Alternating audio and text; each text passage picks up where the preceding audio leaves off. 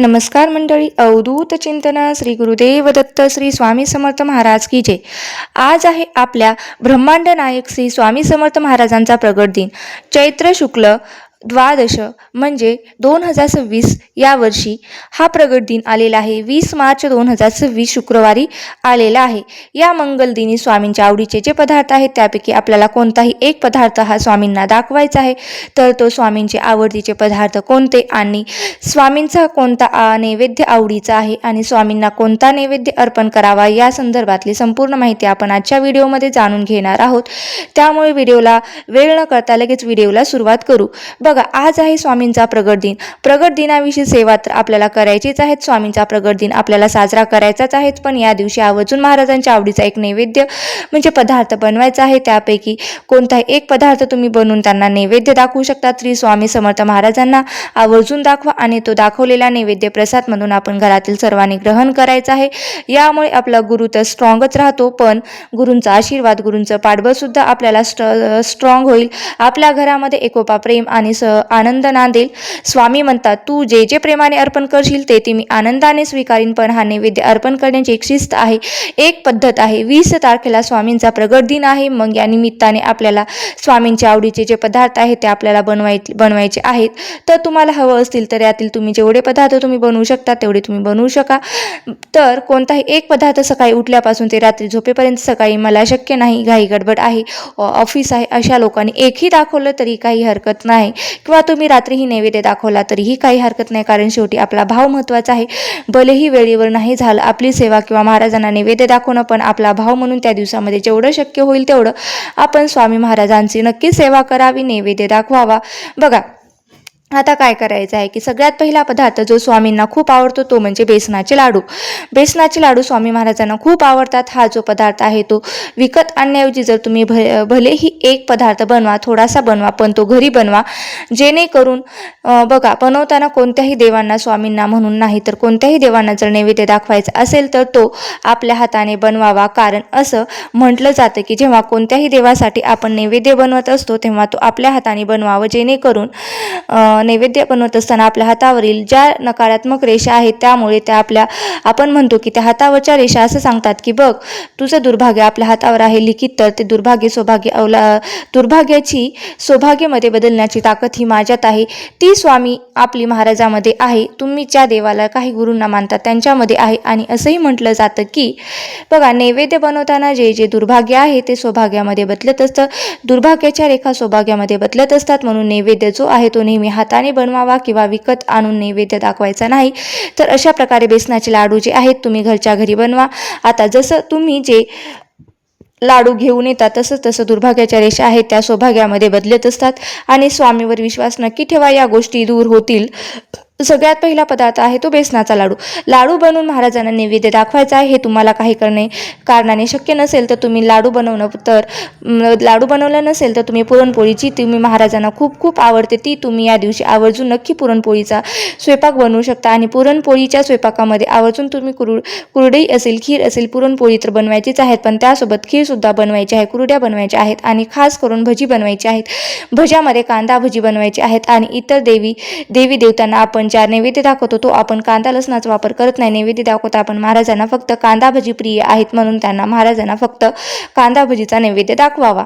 बाकीचा जो स्वयंपाक आहे त्यामध्ये लसणाचा वापर करू नका, कांद्याचा वापर करू नका. फक्त भजी बनवताना त्यामध्ये कांदा टाका आणि कांदा भजी स्पेशली बनवून ती नैवेद्यामध्ये ठेवा.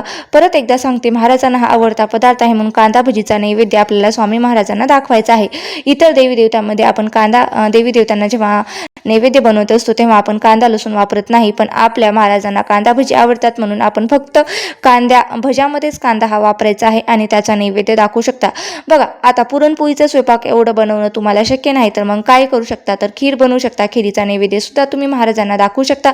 खीर सुद्धा महाराजांना अतिशय प्रिय आहे. खीर आणि कांदा भजी बनवून तुम्ही नैवेद्य दाखवू शकता. आता प्रश्न येतो की खीर कशाची बनवायची, तर खीर तुम्ही शेवायची बनवू शकता. अतिउत्तम शेवायची नसेल तर तुम्ही रव्याची खीर बनवू शकता किंवा तांदळाची सुद्धा बनवू शकता, मखाण्याची खीर सुद्धा बनवू शकता आणि त्याचाही नैवेद्य तुम्ही दाखवू शकता. किंवा तुम्ही बासुंदी सुद्धा बनवू शकता आणि त्याचा नैवेद्य सुद्धा तुम्ही दाखवू शकता. किंवा तुम्ही एवढं सगळंही करणं शक्य नसेल तर तुम्ही साधं पिठलं भाकरीचा सुद्धा नैवेद्य दाखवू शकता. ते सुद्धा स्वामी आनंदाने स्वीकारतील.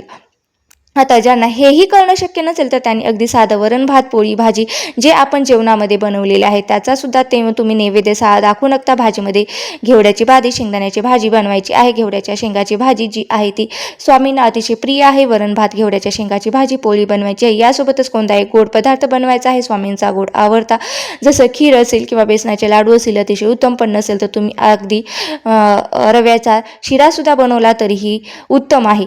बघा तुम्ही गोड भात ज्याला साखर भात किंवा म्हटलं जातं नारळ भात म्हटलं जातं तेही बनवून तुम्ही नैवेद्य दाखवलं तरीही चालतं, काही हरकत नाही. बघा तुमच्यासमोर एवढे ऑप्शन आहे त्याच्यातले तुम्ही कोणताही एक पदार्थ स्वामींना नैवेद्य म्हणून आज म्हणजे स्वामींच्या प्रगट दिनाबद्दल प्रगट दिनी तुम्ही स्वामींना नैवेद्य हा दाखवू शकतात. स्वामींना दाखवायचा आहे. आता बघा दुसरा असा एक महत्त्वाचा आहे की आता स्वामींना नैवेद्य कसा दाखवायचा. तर बघा एक स्वच्छ ताट घ्यायचं आहे. त्या ताटामध्ये नैवेद्य सगळा वाढून घ्यायचा आहे. नैवेद्य उष्टा केलेला नसावा. तांब्यामध्ये पाणी सुद्धा घ्यायचं आहे. स्वामींना नैवेद्यासाठी सुद्धा दाखवण्यासाठी वेगळ्या पेल्यामध्ये पाणी घ्यायचं. स्वामींना नैवेद्यासोबत ठेवण्यासाठी वेगळा तांबा ग्लास जो आहे तो तांब्याचा पेला आहे जो घ्यायचा आहे. देवासमोर बसायचं आहे. तिथे पूजा मांडणी केली आहे तिथे बसायचं आहे. अगोदर तर दिवा लावलेला असावा. देवासमोर सुद्धा एक लावलेला दिवा असावा.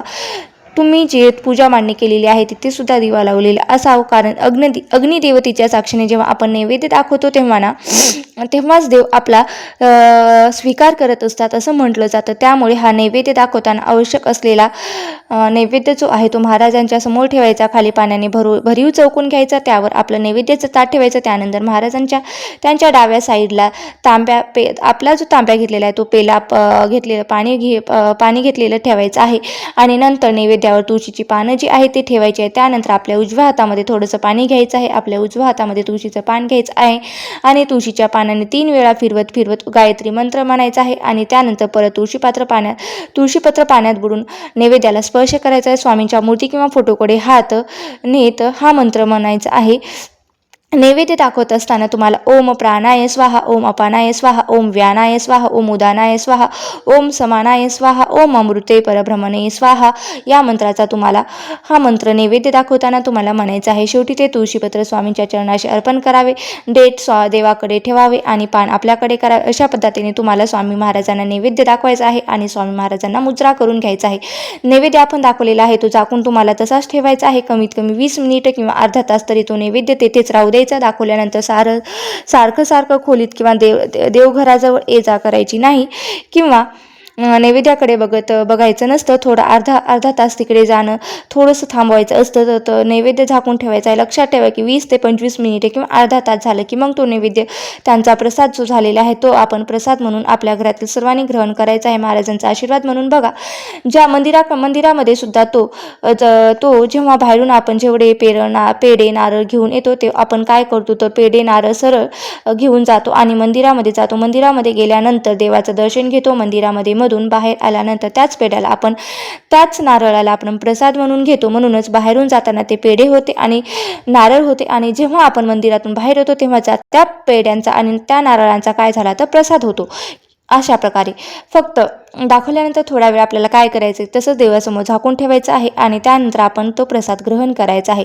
त्याचा प्रसाद तयार झालेला असतो तेव्हा त्यामध्ये हे दैवीय शक्ती जी आहे ते दैवतत्व त्यात उतरलेले असते आणि सकारात्मक ऊर्जा ती असते ते त्यामध्ये आलेली असते. म्हणून हा जो प्रसाद आहे तो टाकून द्यायचा नाही, खरकट्यामध्ये टाकायचा नाही, खाली सांडू द्यायचा नाही. अगदी प्रसाद खाली सांडला तर तो चुकून सांडला तर इतर गोष्टींचा बघा मुलांना सांगतो की आपण खाली पडलं तर उचलून घ्यायचं नाही.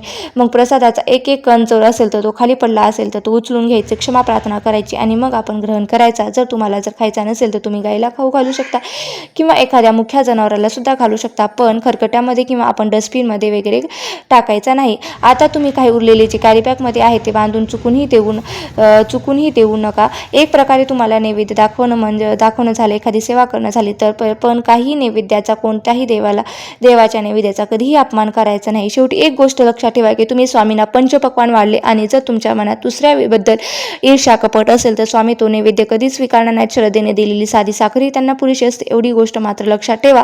तसेच तुम्ही स्वामी महाराजांच्या प्रगट दिनी जवळच्या स्वामी समर्थ केंद्रात जाऊन अन्नदान करणे किंवा गरजूंना जेवढे दान होईल तेवढे तुम्ही दान करणं शक्य असेल तर तुम्ही करा. आणि जर कोणाला सुद्धा किंवा विठळ असेल तर निराश होऊ नका. केवळ मासिक देवाचं नाम स्मरण करावे. शुद्ध झाल्यानं तुम्ही एखाद्या गुरुवारी केंद्रात जाऊन आपली सेवा अर्पण करू शकता. स्वामी महाराजांना नैवेद्य दाखवू शकता. एखाद्या गुरुवारी दानधर्म नक्कीच करू शकता.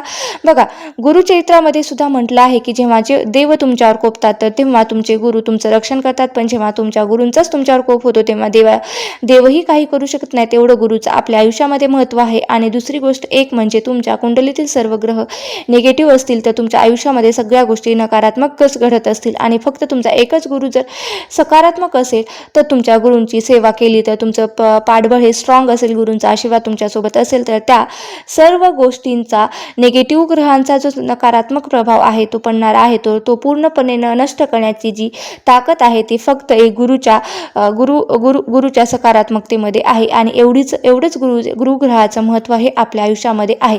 अजूनही खूप सांगण्यासारखं आहे, पण या व्हिडिओ खूप मोठा होईल, म्हणून त्यामुळे हा व्हिडिओ मी इथेच थांबवतो आणि तुम्हाला स्वामी महाराजांच्या माझी जेवढी झालेली जी सेवा आहे ती मी स्वामी महाराजांच्या चरणी रुजू करते. आणि जर तुम्हाला हा व्हिडिओ आवडला असेल तर नक्की लाईक करा, शेअर करा, आणि चॅनलवरती नवीन असाल तर सबस्क्राईब करायला विसरू नका. आणि व्हिडिओ शेवटपर्यंत पाहिल्याबद्दल मी अगदी तुमची मनापासून खूप खूप आभारी आहे. धन्यवाद. अवधूत चिंतन श्री गुरुदेव दत्त श्री स्वामी समर्थ महाराज की जय. अवधूत चिंतन श्री गुरुदेव दत्त श्री स्वामी समर्थ महाराज की जय.